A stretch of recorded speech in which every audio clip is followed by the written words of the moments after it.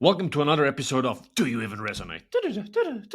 This is a show where we take a website, we do message testing on it, so we put their messaging in front of their actual target audience and see how it lands. I'll look at the data and then I'll see how I would go about, changing the messaging, the copy based on the data. So in this episode, we have Pandadoc. And I chose this particular page called Pandadoc for Marketers, which is their solutions page for marketing people. So let's look at this page. So they say on-brand docs that wow customers in your sales team.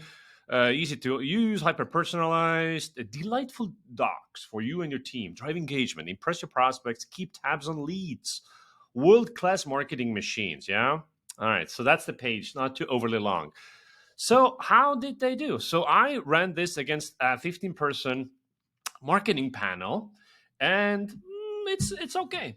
Clarity 3.7 out of 5. So lots of room for clarity. And how interested are you in getting a demo with them? 3 out of 5. So room to improve in terms of making this more compelling.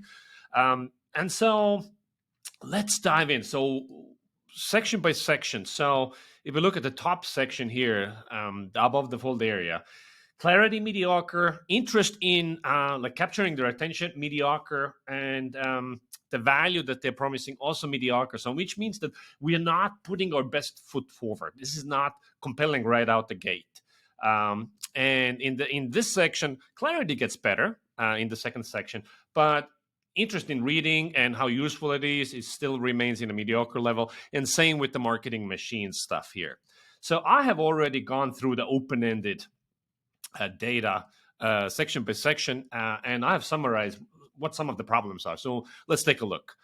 So I have this spreadsheet over here. So I've organized them into what kind of friction it is, or what kind of clarity problems, whatever. So the key problems with above the fold area. Actually, let's highlight number one. It's just the wow as a verb, not really working.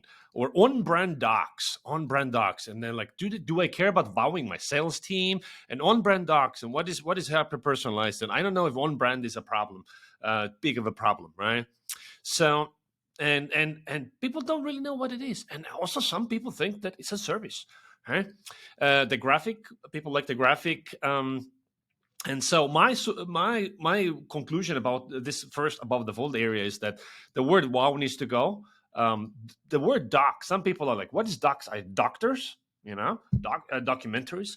So the word docs, maybe we can just say documents. And we're not leading with a big enough pain. We can see in here where the value is not, it's like a mediocre. So is there something more powerful we could say here, right?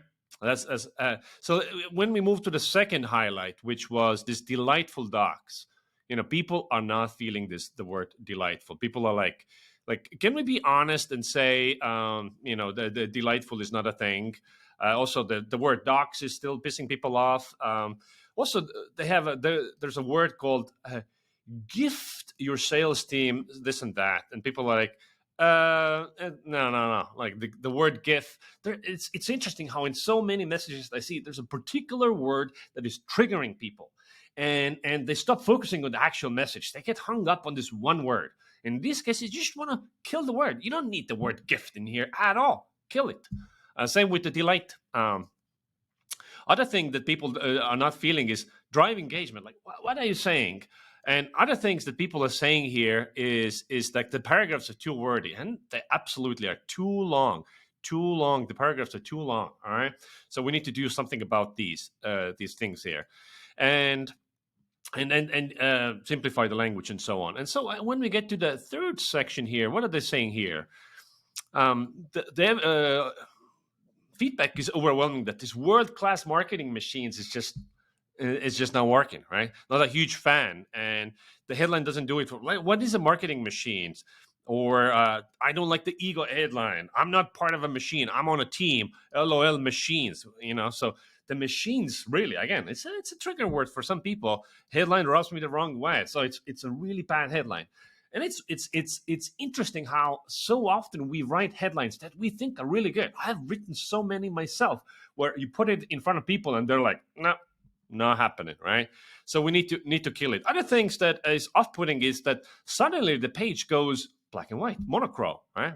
It's sudden and it's weird and it trips some people off. It's probably insignificant, but it's something that I would probably want to do something about.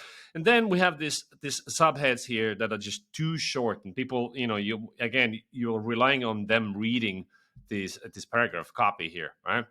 And so overall, if you look at the whole page, overall insight, what are people saying? What's still unclear? Biggest doubts about joining, and why choose Pandadoc over the competition? People are like, there's DocuSign, HelloSign, Proposify. So one big thing is that why Pandadoc over the status quo, which is sending PDFs, or these other companies. There's not a single mention about alternatives, right? I think it's you're assuming people don't know or they can't Google, which is not true. So when I summarize the key things that Pandadoc is, overall the page needs is like, why Pandadoc over the alternatives? We need to show more use cases. People are like, what do I use it for? All right, it still comes up. More proof. They have proof at the bottom of the page. I would put it more up. We need to be more explicit about what the product is, because surprising percentage think that this is a service. And sell the problem. Like, why is this a problem, right? And so now I took a stab at rewriting some of this stuff. Now, I am not a Pandadoc expert. So I relied on message mining. Message mining is you go into actual customer surveys and reviews, and you see what people are saying, right? These people are saying like, oh, my proposal is now 1,000% more professional looking and allowing me to land contracts 20x what I thought I've been initially quoting. And this word 20x came up multiple times.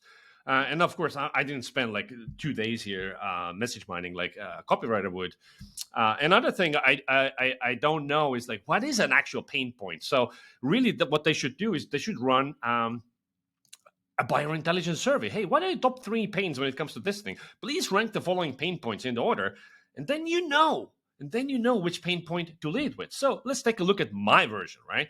So I went with give your team professional looking document templates, right? Professional looking is what they say in the reviews over and over and over again. And it's much better than on brand. On brand, not very much used. Professional looking, everybody's using it. Clear tracking. So I'm not sure if this is the strongest foot forward, but we want to counter position ourselves against the status quo, which is PDFs. And I would also say go from sending PDFs to trackable and customizable templates for proposals, contracts, and one pages. I'm spelling out the use cases. Now making it clear what it is and what you use it for. All right. Second, instead of where they used to say delightful docs, nice doctors for you and your team, I say speed up your team's proposal and contract creation 20x. This is message mining. I took a benefit that somebody has actually said, speeding up the document creation flow is a massive benefit. I don't know if it's the best, but it could be something better, right? Then this drive engagement, which is like, what does that even mean? And when I was thinking of how to rewrite it, I really couldn't figure out like whose engagement or like what are they even talking about here, honestly. And look at these long paragraphs, right? So what I did was help sales close more deals. I thought this is about sales. And so I kept these things in one sentence, 2 bullets. One sentence, 2 bullets, right? The readability goes way up. I didn't change this subhead here because I thought it's pretty clear. Here, I did change this. So when they said keep tabs on leads, I'm not really sure what keeping tabs is. Track deals and progress throughout prospect's lifecycle. I think it's much more, much more clear. And again, one sentence and bullet points. This where they said marketing machines replacing with create, organize, and track on-brand documents in one place. Like again, I'm summarizing what is it? What is the tool? And then I rewrote all these subheads with a benefit statement as opposed to analytics. I said track when, how often, and which pages in document are viewed. Because most people only read subheads, right? And actually, these icons, I would replace them all with screenshots that show the actual this feature in action. All right, that's all, folks. I'll catch you next time. See ya.